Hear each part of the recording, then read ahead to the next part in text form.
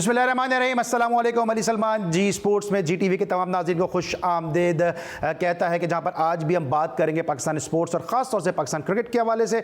आज रमीज़ राजा साहब ने प्रेस कॉन्फ्रेंस की, उस पर गुफ्तगू करेंगे, पाकिस्तान के स्क्वाड के हवाले से गुफ्तगू करेंगे, पाकिस्तान के लेजेंडरी ओपनिंग बैट्समैन, पाकिस्तान के stylish opening batsman Aamer Sohail साहब से। लेकिन साथ साथ एक बुरी खबर भी स्पोर्ट्स के हलकों से और जो ब्रॉडकास्टिंग हलकों से आई वो ये थी कि अजीम ब्रॉडकास्टर के जिनका स्पोर्ट्स कंट्रीब्यूशन में रेडियो पाकिस्तान की ब्रॉडकास्टिंग में बड़ा कंट्रीब्यूशन था, अजीम सरवर साहब वो खालिक हकीकी से जा मिले और जो इनका प्रोग्राम था आलमी स्पोर्ट्स राउंड अप, वो सब भी जानते हैं कि कितना ज़बरदस्त प्रोग्राम रहा। और हम जी स्पोर्ट्स के प्लेटफॉर्म से दुआ गए कि अल्लाह ताला मरहूम की मग़फ़िरत फरमाए। प्रोग्राम में और भी बहुत कुछ है, लेकिन सबसे पहले प्रोग्राम का फॉर्मेट, आज की टॉप स्टोरीज। साबिक कप्तान और मारूफ कमेंटेटर रमीज राजा को पाकिस्तान क्रिकेट बोर्ड का नया चेयरमैन मुंतखब कर दिया गया। मैथ्यू हैडन और वर्नर फ्लेंडर वर्ल्ड कप के लिए कौमी टीम के कोच मुकर्रर। मैं यहाँ कुछ करके आया हूँ, डायरेक्ट नहीं आया। जो टीम सेलेक्ट कर ली गई है उसे अब बैक करना है। इंडिया के पीछे पीछे नहीं भागेंगे। अभी पाक भारत सीरीज नामुमकिन है। चेयरमैन PCB रमीज राजा। देखो अभी तो नामुमकिन है, अभी तो स्टेटस को है। रमीज राजा के आने से PCB भी दुरुस्त सिमत पर काम करेगा और कौमी टीम की परफॉर्मेंस का ग्राफ भी बुलंद होगा। आकिब जावेद। बड़ा ज़रूरी था कि इस तरह का बंदा एक क्रिकेटर आए और क्रिकेट को सही करे। आजम खान पर होने वाली तनकीद से परेशान नहीं होता। लोगों के ख्यालात और बातें सुनकर बहुत मजा आता है। मोइन खान। सच्ची बात है, बड़ा मजा आता है, तनकीद होती है। मैं वो लोग ये चीजें उसको इंशाल्लाह प्लेयर बनाएंगी। रावलपिंडी में पाक न्यूजीलैंड वनडे सीरीज की तैयारियां जारी। दोनों टीमों की पिंडी क्रिकेट स्टेडियम में भरपूर प्रैक्टिस। इंग्लैंड और भारत के दरमियान टेस्ट मनसूखी की वजह IPL के सिवा कुछ नहीं। साबिक कप्तान Michael Vaughan. Afghan cricket board ने ऑस्ट्रेलिया से तारीखी टेस्ट मैच मनसूख न करने का मुतालबा कर दिया। आपने आज की टॉप स्टोरीज देखी और आपने देखा कि न्यूजीलैंड की टीम 18 साल के बाद पाकिस्तान आई है और उस टीम में इनके साथ जो श्रीलंकन बैटिंग कंसल्टेंट है थैलान समरावीरा वो भी मौजूद हैं। और जब श्रीलंकन टीम पे अटैक हुआ उसके बाद फिर जो है समरावीरा की पहली मरतबा पाकिस्तान आमद हुई है। इस हवाले से पिंडी स्टेडियम में क्या हो रहा है जानेंगे अपने नुमाइंदे खुसूसी साकिब सैयद से। जी साकिब, इस वक्त क्या तैयारियां हैं, पिंडी स्टेडियम में क्या माहौल है?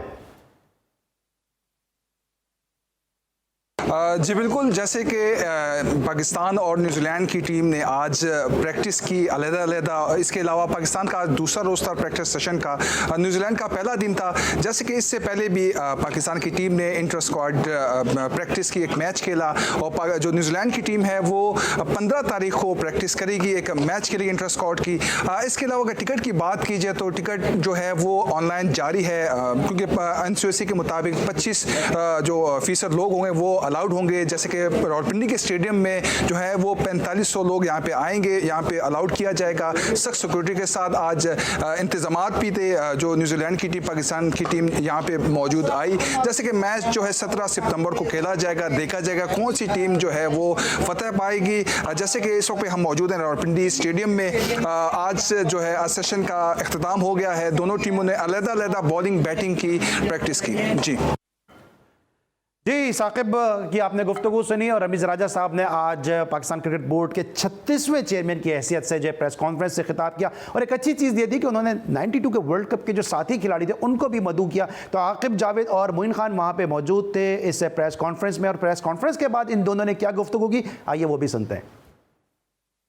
आप एक चेंज तो देखें ना कि कितने सालों बाद हमने एक चेयरमैन देखा है जिसके अंदर एनर्जी भी है, उसकी एज भी उस तरह की है कि काम कर सके, और एक क्रिकेटर है।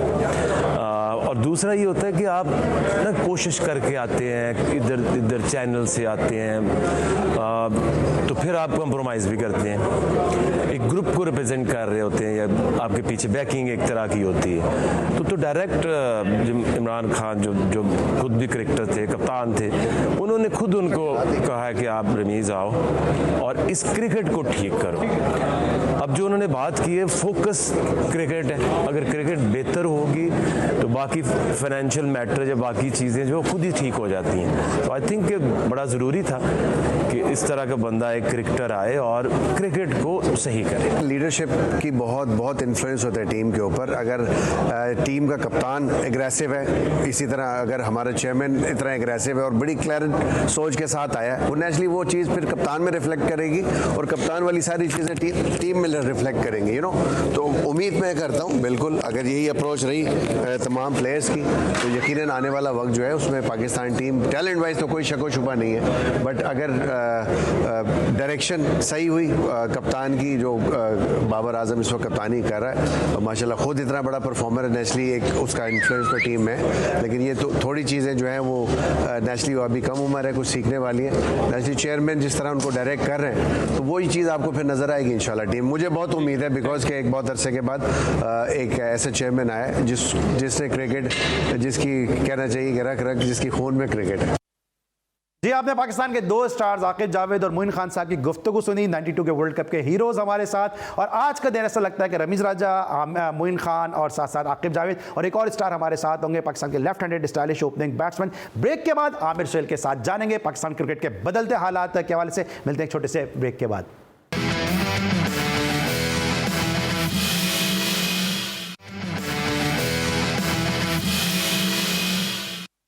Welcome back after the break. और ब्रेक पर जाने से पहले हमने आपसे कहा था कि हमारे साथ बजरिया वीडियो लिंक मौजूद होंगे श्रीलंका से बराह रास्त पाकिस्तान के ज़बरदस्त स्टाइलिश ओपनिंग बैट्समैन जो बड़ी ज़बरदस्त क्रिकेट खेलते थे। और उस दौर में कि जब इतना ज़्यादा मॉडर्न क्रिकेट का शोर नहीं था, उस दौर में जो है वो ब्लास्टर बैटिंग किया करते थे। मेरे साथ मौजूद हैं श्रीलंका से आमिर सोहेल साहब। अस्सलाम वालेकुम आमिर भाई।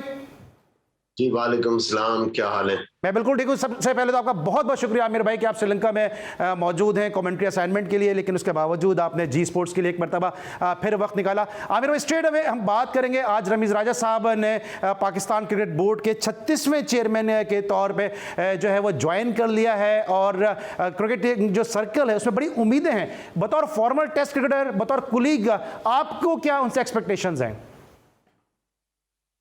देखिए, एक्सपेक्टेशंस तो बहुत ज्यादा हैं। देखिए, आपकी क्रिकेट जो है वो बिल्कुल इस वक्त रॉक बॉटम पे है, और अगर आपने दोबारा से अपनी भाग बिठानी है इंटरनेशनल क्रिकेट में, तो आपको ग्रास रूट लेवल की क्रिकेट के ऊपर बहुत कंसंट्रेट करने की जरूरत है। उसके बाद आपको जो अपना ह्यूमन रिसोर्स है उसको इम्प्रूव करने की जरूरत है। पिचेस जो हैं उनकी इम्प्रूवमेंट की जरूरत है, इंफ्रास्ट्रक्चर डेवलप करने की जरूरत है। और उसके बाद जो मोस्ट इम्पॉर्टेंट चीज है वो ये है कि आपने जो आपके डिस्ट्रिक्ट्स, रीजन्स, जो भी उसको आप नाम दोगे, वहां पे इलेक्टेड बॉडीज आनी चाहिए।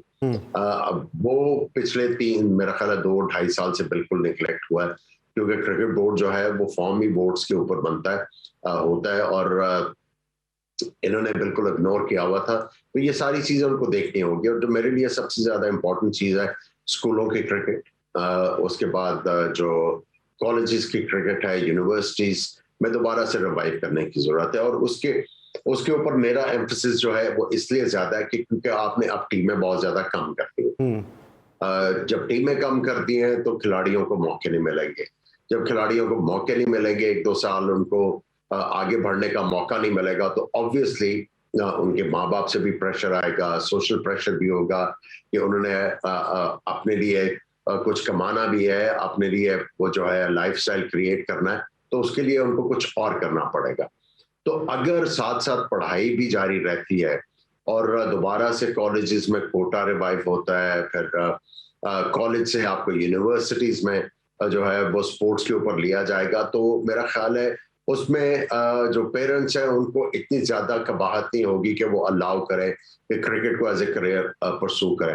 और उसमें क्रिकेट बोर्ड के लिए भी बड़े फायदे की बात होगी कि अगर एक प्लेयर जो है वो प्रोग्रेस नहीं कर रहा, उसको मौके दिए गए हैं और वो आगे बढ़ नहीं सक रहा, तो आप उसको सीधा कह सकते हैं कि भाई अब आप पढ़ाई की तरफ चले जाएं और हम लोग अपने सिस्टम में किसी और लड़के को लेके आएंगे। तो फिर आप किसी का टाइम भी जाया नहीं कर रहे और साथ साथ जो है वो अपनी क्रिकेट को भी आगे लेके जा रहे हैं। तो मेरे ख्याल में उसके लिए बड़ा जरूरी है कि लेजिस्लेशन लेके आई जाए और प्राइम मिनिस्टर साहब से बात की जाए इसके बारे में कि भाई जो इवन प्राइवेट कॉलेजेस हैं वो भी स्पोर्ट्समैन को जो है वो स्पोर्ट्स के कोटे के ऊपर जो वो दाखला देंगे और उसके साथ साथ उनको स्कॉलरशिप्स भी मिलेंगी।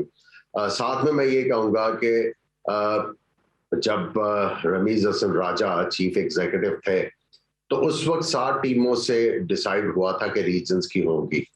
वो इवेंचुअली बढ़ा के 9 की गई जब ये लॉन्च हुआ था, मेरा ख्याल है रीजनल कॉन्सेप्ट, और वो बढ़ते बढ़ते चला गया 15 या 16 के ऊपर। तो उसमें यह लड़कों को चांसेस ज्यादा मिल रहे थे।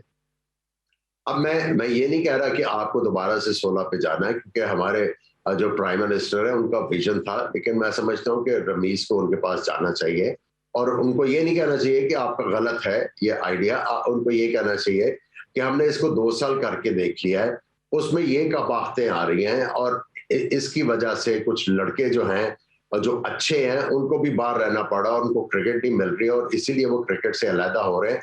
तो हम चले, अगर 15 नहीं तो ये 6 से हम लोग 8 या 9 टीम में कर लें, एटलीस्ट थोड़ा नंबर बढ़ेगा, आपके लड़के जो हैं उनको अपॉर्चुनिटीज मिलेंगी। तो ये चीजें उनको करने की जरूरत है।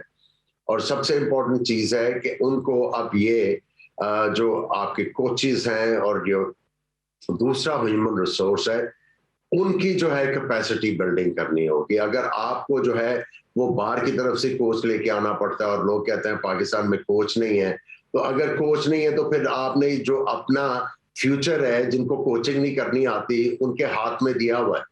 अगर वो इस काबिल नहीं है तो फिर आपको इसके बारे में भी सोचना है। मैं आमिर भाई इस पे आता हूँ थोड़ा सा, मैं ज़रा सा आपकी जो गुफ्तगू है ज़रा उसी से थोड़ा सा रिलेट एक क्वेश्चन करना चाहूँगा कि अभी आपने खुद ही जो मैं सवाल करने वाला था जवाब दिया इसका कि जॉब्स होनी चाहिए, जॉब सिक्योरिटी होनी चाहिए, क्योंकि अगर आप जो एजुकेशनल इंस्टीट्यूशंस हैं अगर आप उसमें जो कोटा रखते हैं स्पोर्ट्स का, तो फिर उसके बाद आगे जाके उसमें फिर जॉब्स भी होनी चाहिए। लेकिन साथ साथ आप ये समझते हैं कि जो बड़ा चैलेंज होगा वो डिपार्टमेंटल क्रिकेट के साथ साथ क्लब क्रिकेट का रिवाइवल भी होगा, क्योंकि मैंने जिस आमिर सुहेल को पहली मर्तबा देखा वो जब देखा कि जब बख्तियारी यूथ सेंटर पे आप as a guest player Dharampura से खेलने के लिए आए, फिर मैंने आपको देखा जब आप हबीब बैंक से खेलते थे और नंबर 6 पे बैटिंग करते थे। तो अगर उस दौर में ये वाला सिस्टम होता तो आमिर सुहेल तो कहीं ऐसे ही खाक में रुल जाता, फिर स्टार बन के सामने ही नहीं आता।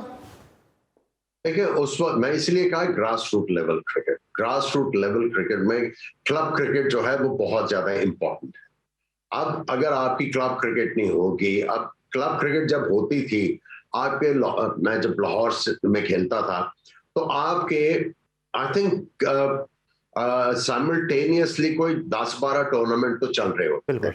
उसके बाद क्लब्स के फ्रेंडली मैचेस हो रहे हैं, उसमें लड़के को जो है वो मौका मिल रहा है सीखने का।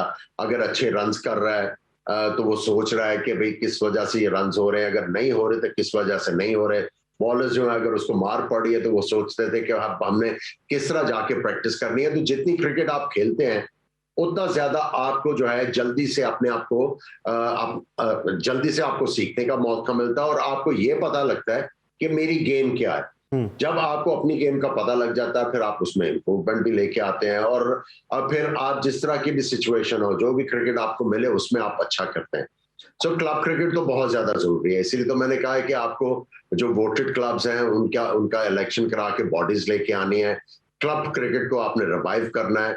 जो क्लब क्रिकेट आपने करवानी है उसमें जो है इंफ्रास्ट्रक्चर आपका बहुत अच्छा होना चाहिए, पिचेस अच्छी होनी चाहिए, उसके ऊपर भी आपको इन्वेस्टमेंट करने की जरूरत है। तो चैलेंजेस तो बहुत ज्यादा है, इसमें कोई शक नहीं है और हम उम्मीद ही कर सकते हैं कि वो अच्छा करेंगे। ठीक है आमिर, बिल्कुल हम सब उम्मीद कर रहे हैं। बताइएगा कि जहाँ जहाँ आपने क्लब क्रिकेट की बात की है, रीजनल क्रिकेट की बात की है, ये इंप्रूव किस तरह से होगी, क्योंकि अरबों रुपया खर्च किया गया लेकिन अभी हम देख रहे हैं कि हमें उस तरह की क्वालिटी के प्लेयर नहीं मिल रहे, बल्कि हम जो क्रिकेट बोर्ड है वो खुद उन प्लेयर को अहमियत नहीं दे रहा। कामरान गुलाम ने रन्स की उसको अहमियत नहीं दे रहे, उस्मान सलाउद्दीन ने रन्स की उसको अहमियत नहीं दे रहे। मुझे याद है यूनुस अहमद साहब की जो बुक थी बियॉन्ड द बॉर्डर, उसका इनॉग्रेशन कराची में हुआ, उसको एंकर मैंने किया। उस बुक में एक जगह लिखा हुआ है कि जब उनको इंडिया की कॉल आई तो वहाँ पर जाके उन्होंने इमरान खान को इंडिया में बताया कि लाहौर से एक लड़का खेलता है जो बड़ा जबरदस्त बैट्समैन है और लेफ्ट आर्म स्पिनर भी है, और फिर बाद में दुनिया ने देखा कि वो आमिर सुहेल बन के सामने आया। तो अब हम ऐसे प्लेयर क्यों हमारे रीजनल क्रिकेट से या हमारी फर्स्ट क्लास क्रिकेट से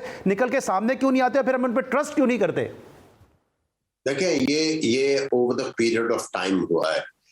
जब एक बंदे को जो आप लेके आते थे चेयरमैन क्रिकेट बोर्ड, उसको सियासत का नहीं पता होता था, कि क्रिकेट की सियासत क्या है। आपको याद होगा जब आरिफ अब्बासी साहब हुआ करते थे क्रिकेट बोर्ड के हेल्म ऑफ अफेयर्स पे, उसके बाद अगर खालिद महमूद साहब की बात कर ले, उनको वो भी जो एसोसिएशन क्रिकेट का हिस्सा रह के वो जब क्रिकेट बोर्ड में आते थे तो उनको सियासत का पता होता था कि क्या सियासत चल रही है और उसको हमने चीजों को एड्रेस किस तरह करना है। जब आप नॉविस को बिठाएंगे तो वो तो लोगों के हाथों में खेलता रहेगा, और जो लोगों ने उनको अपने हाथों पे खिलाया आज उसका नतीजा आपको सामने नजर आ रहा है। अब यही उम्मीद की जा रही है रमीज से कि उनको सियासत का पता है, उनको पता है कि क्या चीजें होती रही हैं जिसकी वजह से क्रिकेट खराब हुई है और उसको हमने ठीक किस तरह करना है। सिरा पकड़ने की जरूरत है, उसके बाद आप धागा खींचना शुरू कर दोगे। सिर्फ मैं ये कहूंगा कि आपको फोकस करना है कि आपने स्टार्ट कहां से लेना है।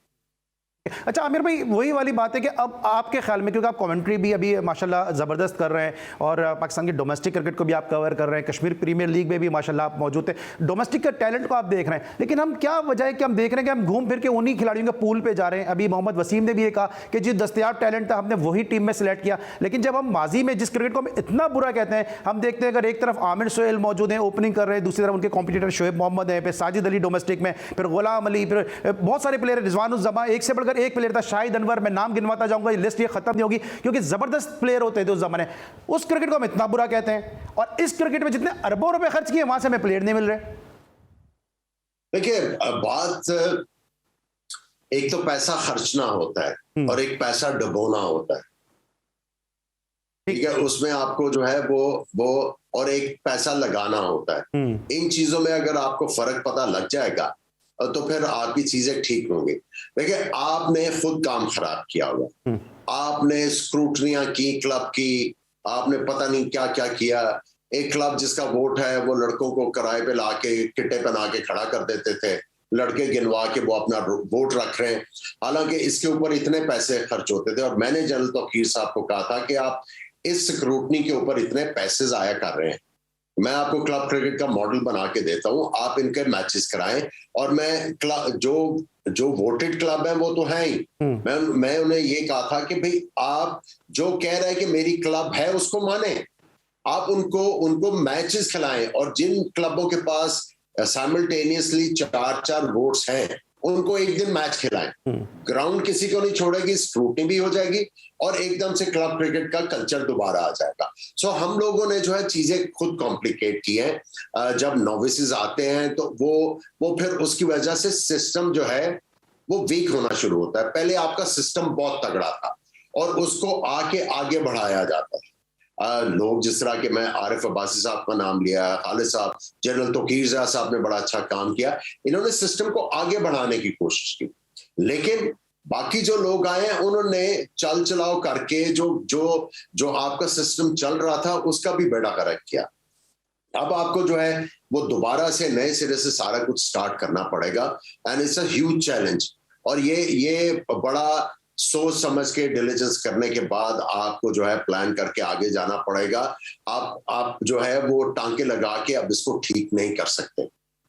ठीक है। अच्छा आमिर, आपको लगता है कि जो फ्रेंचाइज क्रिकेट है इससे, ठीक है पाकिस्तान सुपर लीग एक ब्रांड है और हर प्लेयर ये खेलना चाहता है, हर आदमी से एसोसिएट होना चाहता है, लेकिन आपको लगता है कहीं ना कहीं जो इसके कॉन्सिक्वेंसेज हैं वो हम पाकिस्तान की जो डोमेस्टिक क्रिकेट है उसमें भुगत रहे हैं? क्योंकि अगर मैं कराची की बात करता हूँ, कराची में इस वक्त 2 फ्रेंचाइजीज हैं जो इस वक्त बहुत ज़्यादा इन है और क्रिकेट से जुड़ी हुई हैं। हर प्लेयर की ये ख्वाहिश होती है कि उस क्लब में चला जाए जिस क्लब की फ्रेंचाइज में से है या उसका अपना जो है वो फ्रेंचाइज है। तो आपको लगता है कि इससे सारा टैलेंट समेट कर एक जगह चला जाता है, फिर जब रीजन का जो कोच होता है या जो सिलेक्टर होता है वो मजबूर होता है कि सारे बेस्ट प्लेयर एक ही जोन में चले गए या एक ही इलाके में चले गए, तो फिर वो तनकीद का बायस भी बनता है? देखिए ये आज से बात नहीं है, ये फ्रेंचाइजीज की वजह से नहीं हो रहा, ये बहुत अरसे से हो रहा है। कि पहले होता था, मैं आपको अपनी एग्जांपल देता हूं। जब मैं लाहौर की तरफ से पहली दफा अंडर 19 के लिए सिलेक्ट हुआ था तो हमारी क्लब जो थी वो ऑपोजिशन में थी। उस वक्त ये था कि ऑपोजिशन और जो पावर में होते थे वो इस चीज में फर्क नहीं डालते थे कि भी ये ऑपोजिशन क्लब का लड़का है तो ये नहीं खेलेगा, हमारा खेलेगा। उस वक्त ये था जो अच्छा था वो खेलता था, उसको अपॉर्चुनिटी भी मिलती थी। अब आप देखें कि मैं जब पहली दफा अंडर 19 के ट्रायल्स पे गया था तो आपको मैं ये बताऊं कि डॉक्टर जफर अल्ताफ साहब सेलेक्टर थे लाहौर के। अब आप देखें कि सेलेक्टर कौन है, सही। तो फर्क देखे ना, आपने खुद फर्क डाला ना, आपने खुद हर चीज को इतना नीचे कर दिया कि उसके बाद जो है वो काम खराब हुआ है। आपने उस वक्त नहीं देखा जब ये सारी चीजें हो रही थी। तो आपको याद होगा कि ये सारा कुछ खराबी तब हुई, आपका सिस्टम बड़ा अच्छे तरीके से चल रहा था जब आपने रीजन, अब वो जो एसोसिएशन के जो हेड्स थे उनको मैनेजर बना के भेजना शुरू कर दिया। ये मिड 90s की बात है। उनको और जो है वो कॉम्पनसेट करने की कोशिश की, खुद आपने उनके मुंह को खून लगाया। उसके बाद उनकी कंसंट्रेशन जो थी वो क्रिकेट को बेहतर करने की बजाय उनकी कंसंट्रेशन आ गई कि हमें क्या क्या मिलेगा यहाँ से। पहले सारे लोग करते थे वॉलंटियरली काम, शौक से करते थे, दिल से करते थे, पैशन से करते थे। फिर वो एक कल्चर क्रिएट हुआ 90s में, जब आपने इनको मैनेजर्स बना के और इनको एक्स्ट्रा जो है वो चीजों की तरफ लगाया। उनका ध्यान जो क्रिकेट की तरफ से था, क्रिकेट पे था, दूसरी तरफ लेके गए। और उसके बाद आप देखें कि आपका सिस्टम नीचे गिरता गया। अब जिसने भी ये किया था, आपको भी पता है, मुझे भी पता था कि ये क्या हो रहा है। क्रिकेट को ऑब्वियसली नीचे ले जाना था।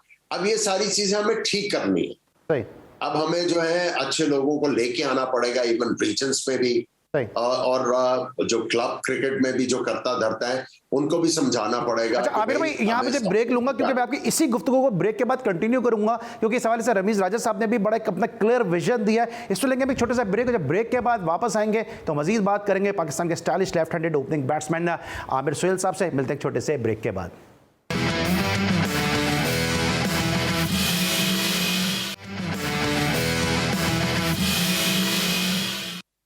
Welcome back after the break. और इस वक्त हमारे साथ मौजूद हैं श्रीलंका से बजरिया वीडियो लिंक पाकिस्तान के stylish opening batsman Aamer Sohail साहब। आमिर भाई, ब्रेक के बाद मैं आपसे मजीद गुफ्तगू भी करूंगा, लेकिन अब पाकिस्तान में तकरीबन कोई 11:30 से ऊपर का टाइम हो चुका है। श्रीलंका हमसे आधा घंटा आगे। तो sir, happy birthday to you from GTV and Geo sports. बहुत बहुत शुक्रिया जी, बहुत बहुत शुक्रिया याद रखने का। आमिर भाई, कैसे गुजर रही है अकेले सालगिरह? क्वारंटाइन में भी होंगे, फैमिली को भी मिस कर रहे होंगे। कुछ इस कैमरे के हवाले से कोई मैसेज देना चाहें? नहीं, बहुत बहुत शुक्रिया। मैं सबका शुक्रिया अदा करना चाहता हूँ जिन्होंने भी अभी तक मुझे जो मैसेजेस भेजे और जितना आपने प्यार दिया, जितनी आपने इज्जत दी, और जो सबसे इम्पोर्टेंट चीज है खुलूस के साथ। तो मुझे तो ये चीज रोज ही जो है बहुत ज्यादा हम्बल करती है। अच्छा आमिर भाई, ब्रेक पर जाने से पहले जो है आप बात करते हैं क्लब क्रिकेट के हवाले से। अब जो एक विजन दिया रमीज राजा साहब ने अपनी प्रेस कॉन्फ्रेंस में कि जिस क्लब ने भी एक भी इंटरनेशनल क्रिकेटर दिया है उसको वो सपोर्ट करेंगे, तो ये आप समझते हैं कि एक अच्छा साइन है क्लब क्रिकेट के रिवाइवल के लिए? और इससे पहले जो ऑर्गेनाइजर हैं, क्योंकि कराची में भी ऐसे बड़े अनसंग हीरो हैं, यकीनन लाहौर में, इस्लामाबाद में, हर जगह ऐसे अनसंग हीरो हैं जो बगैर किसी सिला और सिताइश की तमन्ना के जो है वो प्लेयर प्रोड्यूस करते हैं। तो आपको लगता है कि एक अच्छा ये पॉलिसी होगी रमीज राजा साहब? बहुत अच्छी चीज है, बहुत अच्छी चीज है ये। आपको इनकरेज करना है लोगों को, बहुत ज्यादा इनकरेज करना है। और मैं ये समझता हूं कि आपको इससे एक स्टेप और आगे जाना चाहिए। आप उनको कहना चाहिए जो एक्टिव क्लब चल रही है, अगर उसके पास बोर्ड भी नहीं है, they should come to me, और हम उनको अपने सिस्टम में लेके आएंगे। आपने इस वक्त जो भी बंदा कहता है कि मेरे पास ये एक्टिव क्लब चल रही है, उसमें इतने लड़के प्रैक्टिस कर रहे हैं, अकोमोडेट दम, एक कल्चर क्रिएट करें कि हाँ, हमने सबने मिलके पाकिस्तान क्रिकेट को आगे लेके जाना है, किसी को आउटकास्ट ना करें। ठीक है, ठीक है। अच्छा आमिर भाई, हम अक्सर तनकीद करते हैं जब अपने किसी भी कोच को हम अपॉइंट करते हैं कि भाई इसको कोचिंग का क्या एक्सपीरियंस है। अभी मिसबा इसकी प्राइम एग्जांपल है। अभी हमने जो बैटिंग का जो कंसल्टेंट लगाया मैथ्यू हेडन को, वर्नन फ्लेंडर हमारे बॉलिंग कंसल्टेंट होंगे, तो इनका भी इतना कोई वास्ट एक्सपीरियंस नहीं है कोचिंग का। इस तकरूरी को आप किस तरह से देखते हैं और ये कितना इंपैक्ट डालेगी? क्योंकि ये सीरीज टू सीरीज राजा साहब का जो विजन है उसके मुताबिक सीरीज टू सीरीज जो है अपॉइंटमेंट होंगी। देखिए, बेसिकली ये तो अभी इनको कंसल्टेंट रखा है। देखिए, जो सबसे बड़ा लम्हा फिक्रिया ये है, जो मैंने आपसे पहले भी बात की, कि हमारा ह्यूमन रिसोर्स अब प्लेयर बनाने वाला नहीं है, बिगाड़ने वाला तो है, बनाने वाला नहीं है।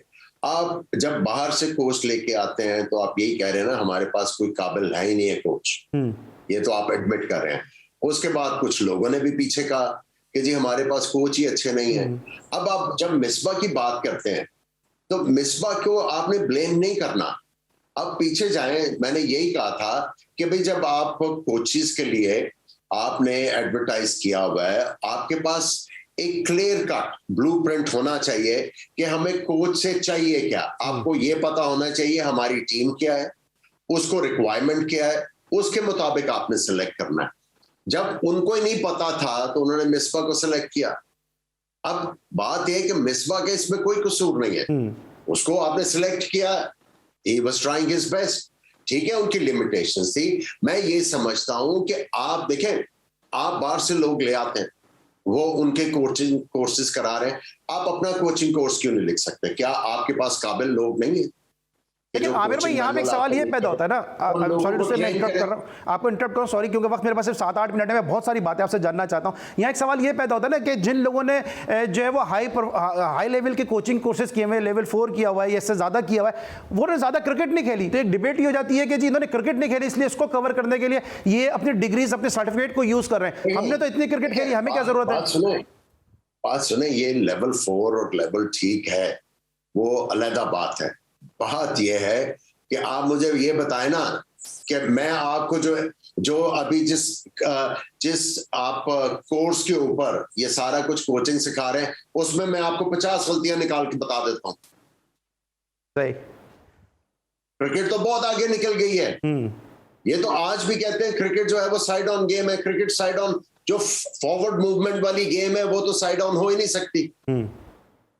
तो जब उसमें मैं आपको 50 गलतियां निकाल के दे सकता हूं, क्योंकि मैंने भी बायोमैकेनिकली सारा कुछ देखा हुआ है कि क्या है क्या नहीं है, मैं आपको 50 गलतियां निकाल के दे सकता हूं। अब जो 50 गलतियों वाला एक बंदा कोर्स कर रहा है, वो आके क्या सिखाएगा? ठीक, और कई ऐसे प्लेयर फिर जाया भी हुए जो कोचिंग के ओवर कोचिंग की वजह से जाया भी हुए। आमिर भाई आज एक प्रेस कॉन्फ्रेंस में ये भी कहा, रमेश, मैं आपको सिर्फ इतना बताता हूं, आपने वो बीएड कर लिया, या उसके बाद जब आपने प्रोफेशनल टीचिंग में आना है, उसके लिए कोर्सेज होते थे ना पाकिस्तान में। एक तो आपने अपनी इनिशियल एजुकेशन कर ली, फिर कोर्सेज हैं, वो करके आप टीचिंग की तरफ आते थे। हमें भी अभी जो है अपना गोरों से हट के ये देखना है कि हमारे लिए क्या काम करता है। जो गोरों वाली कोचिंग है, मैं आप जिस तरह आपको कह रहा हूं, उसमें मैं आपको 50 गलतियां निकाल देता हूं। सही, ठीक है। अच्छा आमिर भाई, हम बात कर रहे हैं जी, अपने लोगों को सही तरीके से ट्रेन करना है। देखिए, कोचिंग ये नहीं है कि भाई बल्ला इस तरह पकड़ लो, इस तरह पकड़ लो, अगला जो कर रहा है उसको बेहतर बनाने के लिए आपने करना है। ठीक है। अब जो मैंने क्रिकेट खेल ली है, वो अब मैं अपना आप उसके ऊपर नहीं थोप सकता। मुझे ये गेज करना है एज अ कोच कि इसको किस चीज की जरूरत है।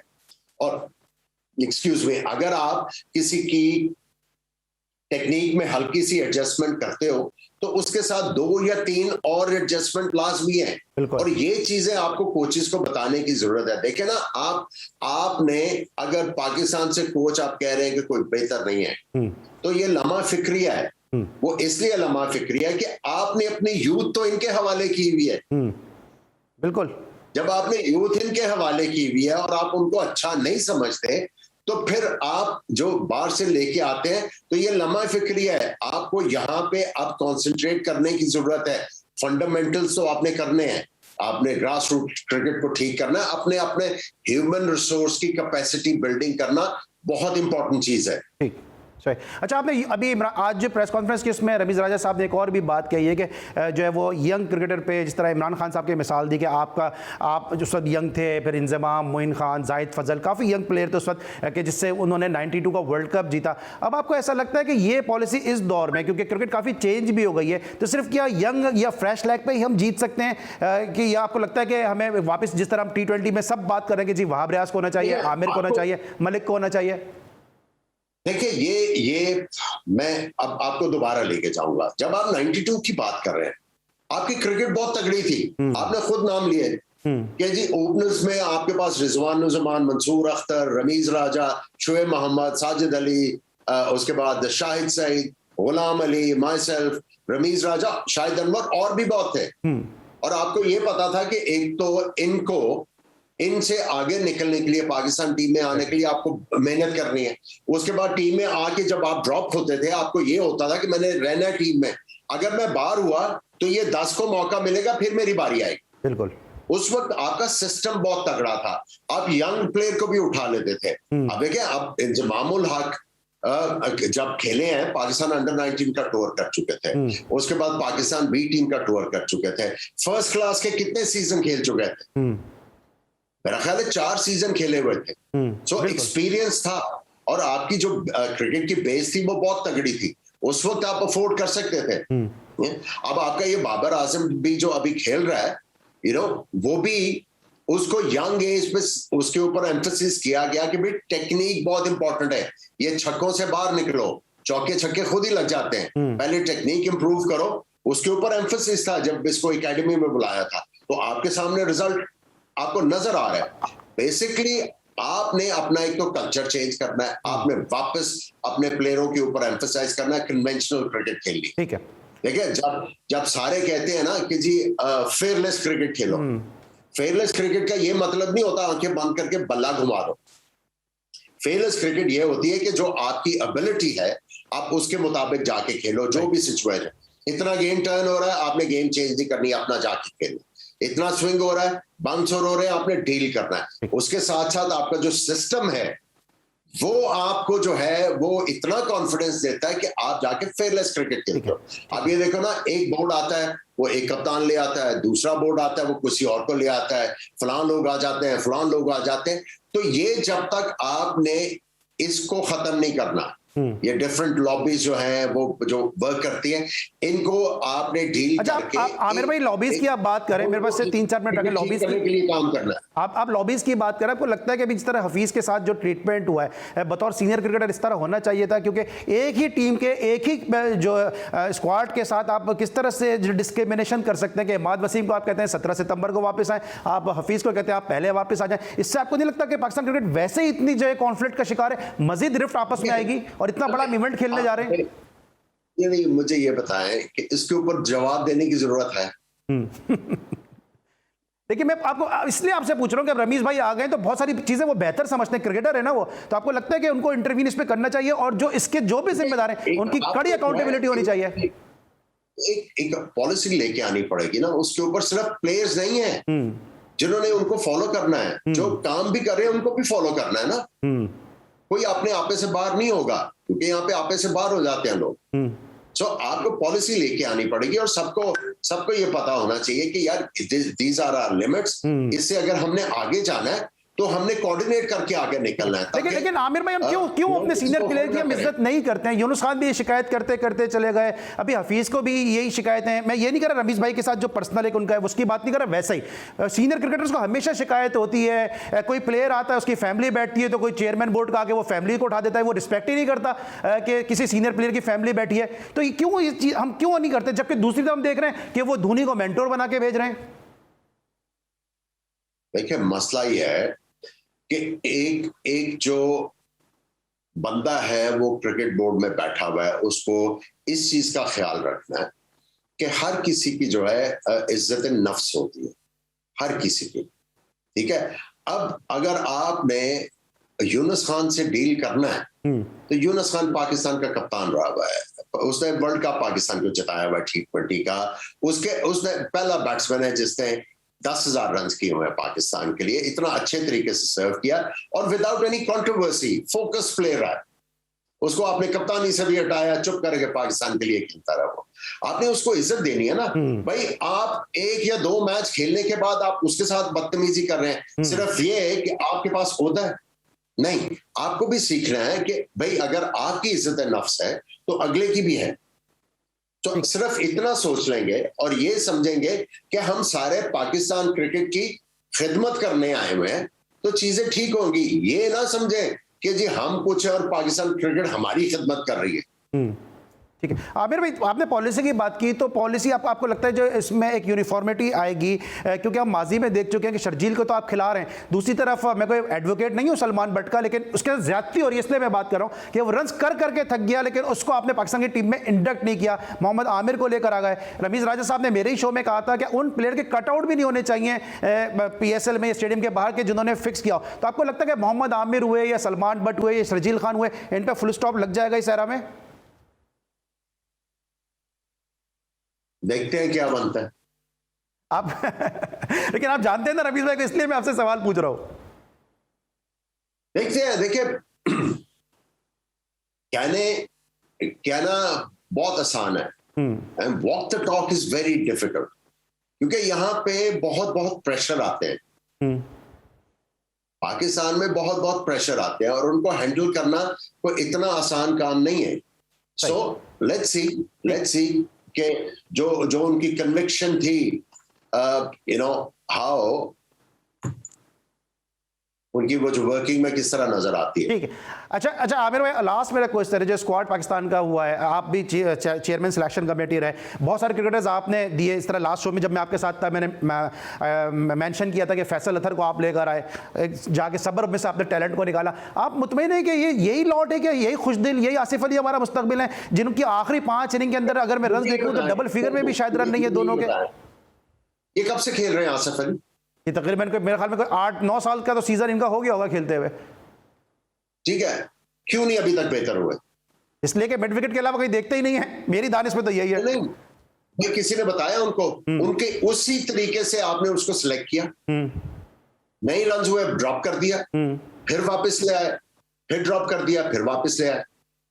सर लास्ट इनिंग में 1 रन है और उस बेस पे ये वर्ल्ड कप खेलने के लिए जा रहे हैं। देखें, उसकी भी कपाहतें हैं, वो एक लंबी डिस्कशन है, वो मैंने अपने YouTube पे प्रोग्राम किया हुआ है, मैंने उसमें पूरा एक्सप्लेन किया, क्योंकि आपके पास टाइम की कंस्ट्रेंट है। बात सिंपल सी है। देखिए, मैं वही कह रहा हूं ना, जब आप अभी क्वेश्चन कर रहे थे PSL में लड़के जो है वो ज्यादा प्रेफर करते हैं उधर मौका मिल जाए, क्योंकि वो टीवी पे आता है, वो इंस्टेंट सक्सेस मिलती है। फर्स्ट क्लास में वो बेचारे 4-4 दिन भागते रहते हैं, उनको कोई जो है वो एंटरटेन नहीं करता। सिलेक्शन सारी आपकी यहां से हो जाती है। और PSL में जो है वो पिछले 2 साल से आपको स्ट्रगल हो रही है मिडिल ऑर्डर बैट्समैन की। आप सारे फॉरेनर मिडिल ऑर्डर बैट्समैन ले आए हैं, ऑलमोस्ट 90% तो 80-90% आप फॉरेन प्लेयर्स मिडिल ऑर्डर में खिला रहे हैं। तो आपका अपना प्लेयर कहां से ग्रूम होगा? जो फर्स्ट क्लास में इतने रन्स कर रहा है बेचारा, वो सिर्फ इसलिए नहीं आ रहा कि उसको छक्का नहीं मारना आता।